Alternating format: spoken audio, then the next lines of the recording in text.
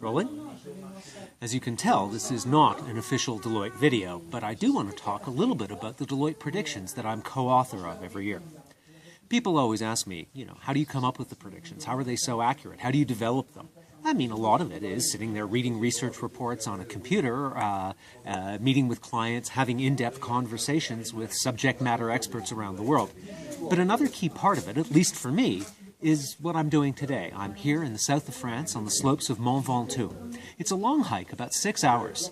And that time gives me just hour after hour walking along the trail as we're going up or coming back down, or maybe even sitting here at lunch, to think about the predictions, to understand the flow of them, how they work. But the other great thing that I'm able to do is I get to talk with my darling wife Barbara on these trails, and a chance to sit there or stand there or walk there and talk about the predictions. How do they flow? How do they make sense?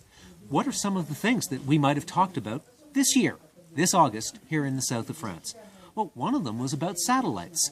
Normally, satellites are the size of a car or an apartment. They are huge things weighing tons, costly to get into orbit. There's a new kind of satellite called nanosats or microsats, and having a conversation around what would that look like and would it disrupt the existing satellite industry was one of the things we talked on one of our hikes earlier this year. We also talked about the Internet of Things. A lot of people think of the Internet of Things as people turning on and off their dishwasher remotely, or their kettle, or maybe their thermostat.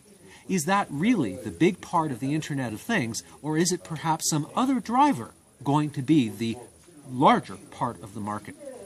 Probably our most interesting conversation was about books. Now, Barbara and I love books. When we travel, our suitcases are filled with books. But, I guess kids today, they probably don't read books. Everything is on tablets or e-readers. But here's an interesting fact. Did you know that unlike most commercial technologies, young people have lower adoption of e-readers than older demographics do?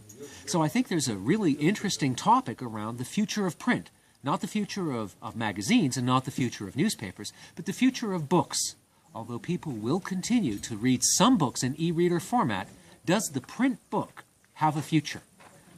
Check back with us on January 13th, 2015, when we launch predictions. It will be a little more formal. I don't think I'll be wearing hiking gear, and I'm pretty sure I won't have a glass of French Côte de Ventoux wine. But I hope to see you somewhere on the roadshow.